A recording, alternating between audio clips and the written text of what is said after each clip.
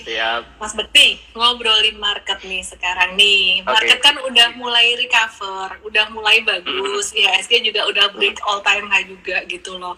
Nah, Mas Bekti ini masih scalping atau udah mulai ngehold sih? Kalau saya pribadi tetap tetap keseharian saya ya, saya tetap ada. Apalagi hari ini kita lihat mungkin saya yakin kepada para teman-teman trader tuh pasti cuan di saham-saham grup MNC ya, karena ramai sekali ya beberapa hari ini. Kemudian kalau saya untuk hold sendiri, saya sebenarnya sudah ada pilihan sih, Ci. Jadi saya pribadi langsung sebut aja, tidak apa-apa ya, sebut mereknya. Saya setuju dengan Ci Ellen tadi, kayak mungkin sebagian sektor-sektor kayak konstruksi, kemudian saya juga melirik tuh kayak sektor consumer good kayak HMSP, gudang garam tuh menurut saya juga udah murah juga, itu udah benar-benar di titik ya, maksudnya itu sudah terkoreksi cukup tajam lah dari kita lihat dari 2017. Itu setidaknya aku udah nyimpen juga di sana, mencicil gitu ya, jadi tidak semua langsung dimasukin enggak, tapi kita beli cicil juga gitu. Oke, menarik banget ya. Bicara tentang sektor sigaret ya, tadi Mas Bekti ngomongin sigaret gitu. Mas Bekti tertarik nggak sih masuk ke sigaret? Ini kayaknya agak-agak lagging banget gitu. Iya, kalau untuk sektor itu sih, menurutku masih sebenarnya karena kebijakan masalah pemerintah ya, Ci, ya, masalah cukai rokok dan sebagainya, itu yang membuat seharga saham itu tidak bisa bergerak signifikan. Tetapi saya melihatnya justru kalau orang itu sudah titik jenuh, titik jualnya jenuh, itu biasanya akan ada pantulan. Nah, aku sebenarnya memanfaatkan itu untuk jangka menengah, jadi bukan untuk jangka panjang. Jadi memang saya sudah mencicil beli di harga di bawah 1.000 ya untuk KMSP, tetapi itu memang saya setting untuk mungkin jangka menengah, katakan setengah tahun, 1 tahun, aku akan review kayak apa gitu. Jadi itu fungsinya selain aku untuk simpan untuk jangka menengah panjang, yaitu untuk diversifikasi porto. Jadi tidak semua untuk scalping itu enggak, tapi kita juga harus simpan sesuai dengan money management yang udah kita pelajari gitu ya, ada di tabungan, ada di saham yang untuk swing, untuk scalping, seperti itu. Oke, menarik banget ya. Ternyata seorang Mas Bekti itu ada nyimpan saham juga gitu, dan sahamnya surprisingly HMSP gitu. Anyway, teman-teman ya, kalau dengar ini semua jangan langsung hajar mentah-mentah gitu ya. Jadi pahami dulu gitu. Jadi kita semua trader, tapi kita semua juga ada simpan saham untuk jangka menengah panjang gitu. Aku punya ICBP Indofood juga, masih ngetem juga, tapi ya anyway hold aja teman-teman. Terus kemudian boleh beli sekarang nggak sih? Pertanyaannya kan itu tuh. Ini yang nanya HMSP, boleh beli sekarang atau enggak? Ini lagi di level 1020-an. Kemungkinan HMSP ini bakalan masih bisa naik lagi sampai 1050, 1065. Nggak usah dikejar. Ntar kan juga ada koreksi normal gitu. Karena ini baru naik sehari 2 hari, ini bakalan ada normal correction. Kalau seandainya dia gagal menguat dan balik ke 990, ya itu angka bagus buat teman-teman collect gitu. Tapi sekali lagi, duitmu jangan semuanya dicemplungin di sini, nanti kamu kecewa. Kenapa? Karena HMSP GGRM ini termasuk emiten yang kita bicara tentang value investing. Surprisingly seorang Bekti Sutikna nge-value juga gitu.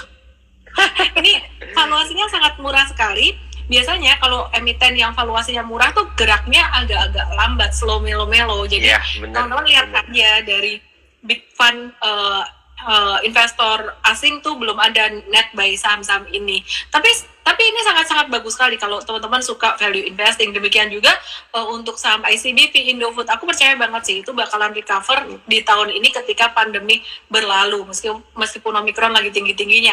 Mas Bekti, kalau bicara sektor consumer good nih kayak ICBP Indofood tuh menurut Mas Bekti gimana tuh? Kan itu ada kaitannya juga dengan sigaret tadi, masih di sektor yang sama.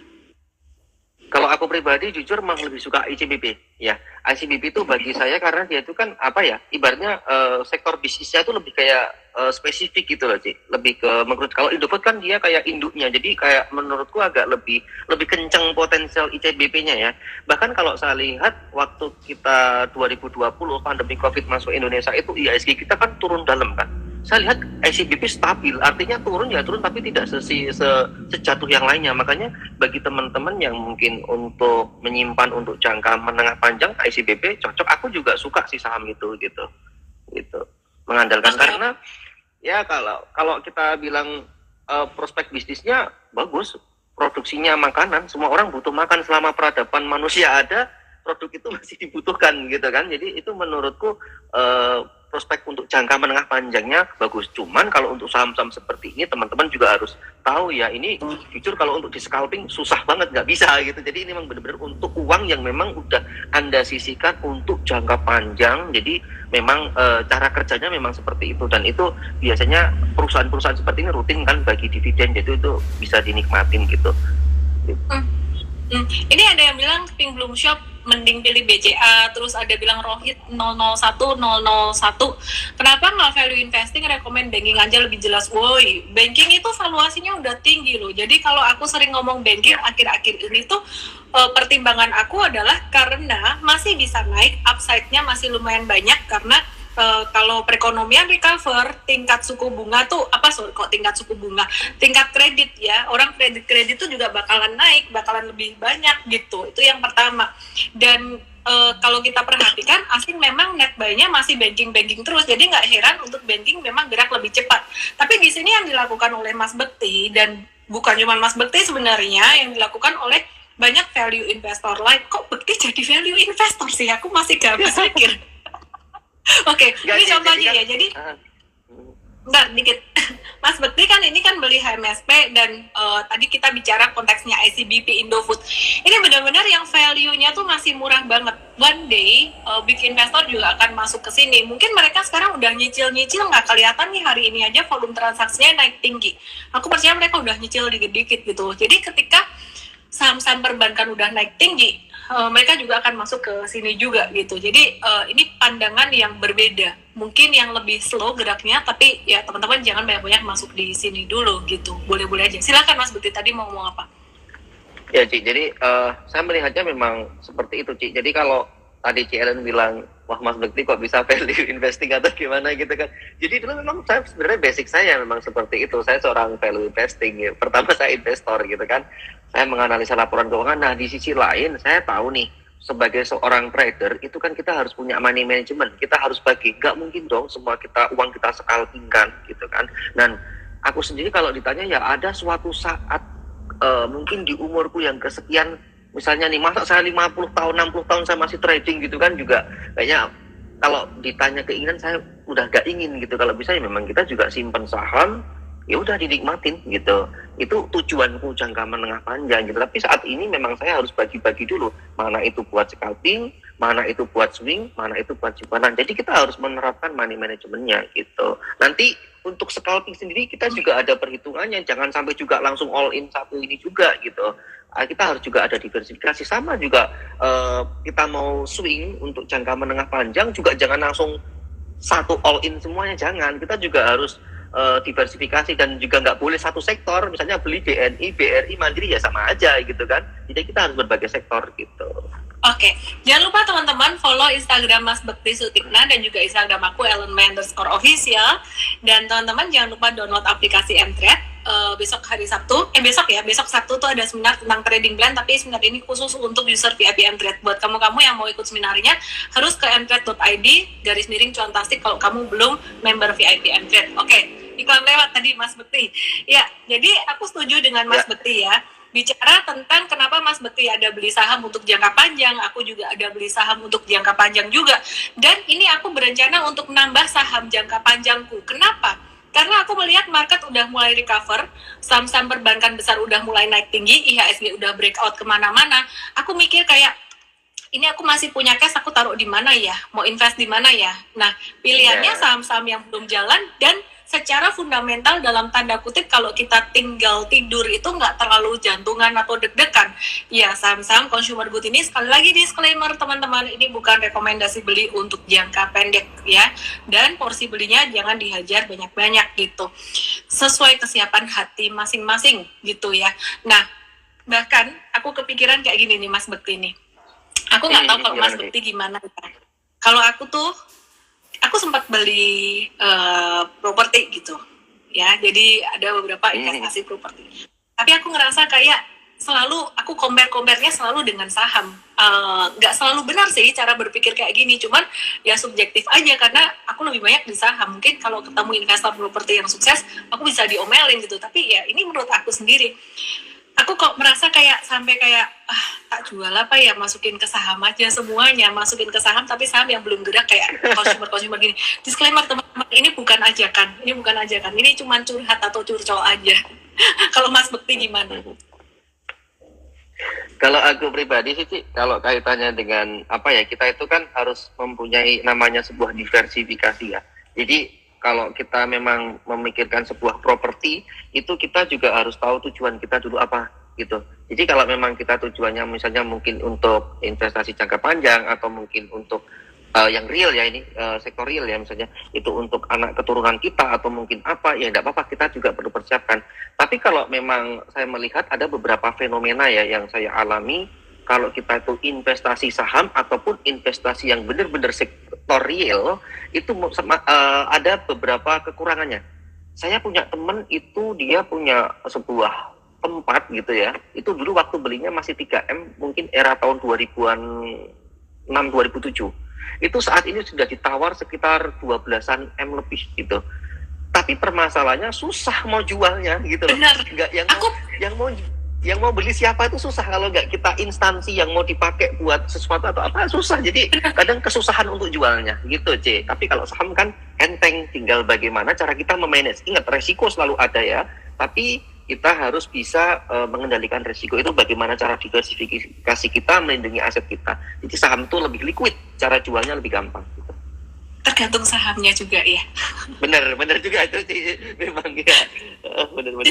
Jadi kenapa seorang Bekti Sutikna itu memilih investasi juga di saham-saham consumer good tadi, karena duitnya tuh kebanyakan guys gitu loh. Jadi kalau semuanya taruh di saham yang second liner, saham yang scalping tuh kegedean duitnya, bingung mau taruh di mana. Anyway. Iya. Nah, aku pribadi sih lebih prefer, jujur ya, personally ya, aku lebih prefer kayak, daripada aku beli propertinya, aku prefer beli saham properti atau saham-saham consumer good yang sekarang masih di bawah, yang belum jalan. Aku nggak ngomong jangka pendek. Kalau jangka pendek consumer good tuh masih saks lah, apalagi sektor cigarettes tuh masih lambat banget gitu. Tapi kita bicara tentang jangka panjang, ayo saingan. Kita beli properti sekarang dan beli saham consumer good atau beli saham properti. Mana yang lebih cepat berbunga, dan paling penting adalah mana yang lebih gampang dijual. Sekali lagi disclaimer on teman-teman, aku bukan suruh kamu jual rumahmu untuk beli ini. Ini cuma curhat aja, karena aku kesel, aku mau jual tanah, itu susah banget. Ada yang mau beli nggak? Nanti kalau kamu beli, duitnya tak masukin ICBP. Langsung di-cut ini suara. Langsung jadiin konten nih, Mas. Oke. Mas Bekti sendiri gimana sekarang, sahamnya habis cuan sama apa aja, habis loss sama apa aja, ada tips-tips apa lagi nggak Mas? Kalau saya pribadi, kalau untuk tips ya, bagi Anda yang mau trading harian, artinya scalping ya, Anda cari aja tetap yang momentumnya. Saya pribadi merasa kalau bulan Januari kemarin itu susah minta ampun, mau scalping susah beneran. Aku aja hampir bisa dibilang minim sekali profitnya gitu. Tapi Februari ini aku yakin kepada para teman-teman trader pasti pesta dari saham-sahamnya Haritano gitu kan. Saham-saham grup MNC ya. Apalagi hari ini M-Sky udah arah, Kepik, Yata, Becap kemarin juga udah gila-gilaan naiknya. Nah itu manfaatin aja peluangnya. Cuman ingat yang harus Anda lihat. Anda juga harus perhatikan historinya, chartnya, dia udah naik berapa persen gitu ya. Itu juga Anda harus hati-hati, pasang pengaman stop loss Anda harus lebih kuat. Apalagi kalau Anda bermain di area atas, itu stop loss Anda harus benar-benar kuat dan disiplin. Tidak ada kata toleransi, ibaratnya aku nggak mau cut loss, jangan. Anda harus benar-benar siap cut loss kalau Anda memang niatnya trading. Kalau Anda mau niatnya swing atau invest jangka panjang, ya cari yang jangan volatil kayak gitu, yang tadi yang anteng-anteng, yang stabil aja. Cuman memang itu di setting ya, memang tidak langsung naik signifikan tuh enggak, tapi dia memang pelan-pelan, tapi dia lebih tahan banting gitu. Ya itu sih tips dari aku, Cik. Jadi Kak, agree. ke Iya, terakhir saham-saham MNC pada ini ya, gila ya, naik-naik semuanya ya. Banyak yang pakai scalping juga sih, tim di M-Trade juga scalping saham MNC, ada Behit, dan ya saya nggak terlalu personally aku jarang scalping sih, karena aku ada ngurusin platform dan juga tim juga, jadi nggak bisa aku personally scalping. Tapi kalau M-Trade ada tim yang ngurusin scalping khusus gitu, dipantau khusus. Kalau aku sendiri bulan ini aku lebih banyak dapat berkah tuh dari saham-saham sektor komoditi itu tadi Mas, personally Mas gitu. Jadi ya I'm happy lah, buy hold bisa cuan, yang scalping juga bisa cuan gitu. Oke. Mas Bekti, ini banyak yang nanya ini bulan Maret nanti gimana? Desember nggak jadi window dressing, Januari nggak jadi Januari effect, Februari naik, Maret gimana? Kalau aku ngelihat sih kayaknya Maret masih bakalan potensial nih, jadi agak-agak anomali. Biasanya Maret udah mulai sepi setelah Januari naik, tapi ini kayaknya Maret masih bisa naik. Padahal COVID-19-nya lagi naik tinggi-tingginya. Gimana nih Mas Bekti ngelihat COVID-19 nih gimana? Kalau aku melihat ya Ci ya, jadi memang waktu dulu di awal pertama kali COVID itu masuk Indonesia kan panik semua, karena kan juga baru pertama kali juga kan. Bahkan kita semua pasti nggak ada yang nyangka dengan adanya ini COVID itu bakal berapa lama, paling 2 bulan 3 bulan, paling mikirnya cuma gitu, ternyata sampai bertahun-tahun gitu. Nah mungkin saat ini yang dirasakan adalah ternyata itu tidak terlalu ngefek banget ke sektor saham, justru malah sektor saham bagus banget. Nah maka dari itu kalau aku pribadi tetap memprediksi untuk bulan Maret seperti kan Cialan, jadi masih sedikit ada kenaikan, namun tetap harus hati-hati ya, karena IHSG kita juga sudah jebol resist, mungkin bisa menguji ke level 69 atau 7.000 itu pasti itu ya kemungkinan dalam waktu dekat, tetapi tetap harus hati-hati kalau tiba-tiba ada koreksi yang cukup dalam. Nah yang kedua, kadang yang namanya teori-teori kayak gitu ataupun udah di teori secara teknikal dan lain sebagainya itu bisa rusak semuanya karena berita. Misalnya kemarin ada info mau perang Ukraina Rusia itu, ya udah bisa membuat IHSG juga cukup turun gitu. Tetapi setidaknya kalau saran saya adalah tetap Anda harus punya trading plan dulu. Anda mau swing ataupun scalping, di mana itu sudah punya trading rules masing-masing, ya sudah manfaatkan itu aja, dan Anda harus sesuai dengan trading rules Anda gitu. Oke, menarik sekali. Kalau aku sih back to technical aja ya. Jadi kita melihat sentimen, ada yang tadi di sini juga udah pintar-pintar ngomong bulan Maret akan ada the Fed meeting. Oh itu benar-benar jadi bikin IHSG stagnan kalau ada kayak gitu biasanya. Dan COVID-19-nya juga masih nggak menentu kayak gini. Sebenarnya saya sendiri optimis melihat tahun 2022 ini bahwa perekonomian dan juga pasar saham akan recover. Melihat inflasi juga udah naik tinggi gitu di Indonesia. Hanya saja kita masih harus tetap objektif. We hope for the best and of course we always prepare for the worst gitu. Jadi tipsnya kalau dari aku sih manage ekspektasi dan pantau secara teknikal aja. Ekspektasinya BBHI misalkan ya tadi mantul dari support volumenya tinggi. Tapi kalau ternyata besok ada breakdown atau gimana ya kita nggak usah pembenaran gitu. Breakdown support, cut loss aja. Itu kata Mas Bekti. Yang jadi problem kan satu ya antara nggak ngerti cara cut loss. Problem kedua ya, yang problem pertama tuh nggak ngerti kapan mau cut loss tuh nggak ngerti. Problem kedua ngerti cara cut loss, ngerti kapan harus cut loss, tapi pas sibuk gitu loh, nggak sempet ngeliatin gitu. Dan ini seringkali terjadi pada banyak orang gitu. Dan aku juga pernah mengalami di saham ini beberapa waktu yang lalu pas dia turun. Sekarang sih udah balik lagi gitu. Kemudian poin yang ketiga adalah ngerti kapan harus cut loss, dan pas waktunya cut loss di depan monitor tinggal mencet, tapi gak mau cut loss. Yang tiga ini penyakit paling parah guys. Penyakit pertama masih bisa dimaafkan dengan cara belajar. Penyakit kedua masih bisa dimaafkan dengan cara sering-sering mantau atau jangan kebanyakan di saham yang volatil. Penyakit ketiga ini gak ada obatnya. Kalau nggak mau tobat ya. Jadi udah ngerti cara cut loss, ngerti kapan cut loss, di depan monitor tinggal duduk pencet sell aja. Itu nggak mau, karena aku nggak mau cut loss gitu. Ya objektif aja. Kalau nggak mau cut loss, jadilah investor yang bisa dollar cost averaging dan hati-hati milih sahamnya juga khusus untuk investing. Nggak semua saham bisa diinvest. Ya, itu aja tips dari saya. Dan juga dari Mas Bekti. Mas Bekti, ada tips apa lagi Mas buat teman-teman semuanya? Ya, kalau tips dari saya itu tadi ya, yang paling penting adalah disiplin, Anda niatnya pengen trading ataupun investasi, semuanya itu sudah ada trading rules-nya masing-masing. Ibaratnya kita itu mau berdagang, tujuannya itu pasti beda-beda ya. Orang itu mau ke pasar, ada orang yang beli barang untuk dimasak di rumah, ada yang itu beliin untuk orang lain, ada yang beli untuk dijual kembali dan lain sebagainya. Itu motifnya macam-macam, tapi tujuannya sama, semua cari profit. Yang paling penting Anda harus punya trading plan dan money management yang benar. Karena mau duit Anda seberapapun, saya pernah ngalami ya di era 2018, duit Anda udah nyampe miliaran, tapi kalau money management Anda salah, itu bisa rontok juga. Saya pernah ngalamin, udah ngumpulin sampai 3 miliar lebih, rontok juga sampai 400 juta. Itu karena money management yang buruk. Saya pernah ngalamin. Jadi saya bisa bicara gini, harapan saya kepada teman-teman, jangan ngulang kesalahan yang saya lakukan, biar Anda itu bisa, ibaratnya itu belajarlah dari kesalahan saya gitu. Jadi Anda perlu diversifikasi, Anda juga harus amankan profit dan lain sebagainya. Jadi gunakan uang yang terukur untuk scalping, karena ingat, nggak semua orang siap mentalnya untuk scalping, resikonya gede tapi peluang profitnya gede. Di situ menyajikan peluang profit yang tinggi tapi resiko juga tinggi. Jadi Anda harus kuat mental, psikologis, money management, trading plan. Nah itu sih.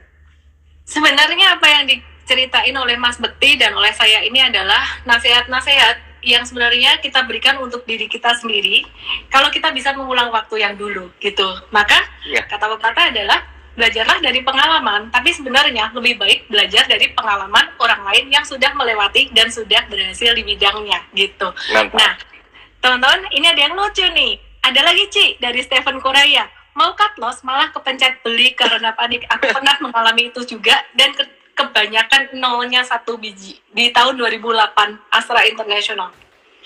Jadi waktu itu Astra masih mahal-mahalnya, belinya kebanyakan 1 biji. Trading error. Anyway, teman-teman, yang terpenting dalam trading adalah nyantai aja, Jack. Nggak usah terlalu terburu-buru dan nggak usah nafsu. Oke? Thank you semuanya. Nomor 1 lagi yang lebih penting di antara yang lain-lain adalah stay healthy. Teman-teman semua, stay healthy. Mas Bekti, besok jam 10 ada seminar di Mtrade. Teman-teman user VIP join. Yang belum user VIP bisa join as VIP user di mtrade.id. Thank you Mas Bekti, selamat malam.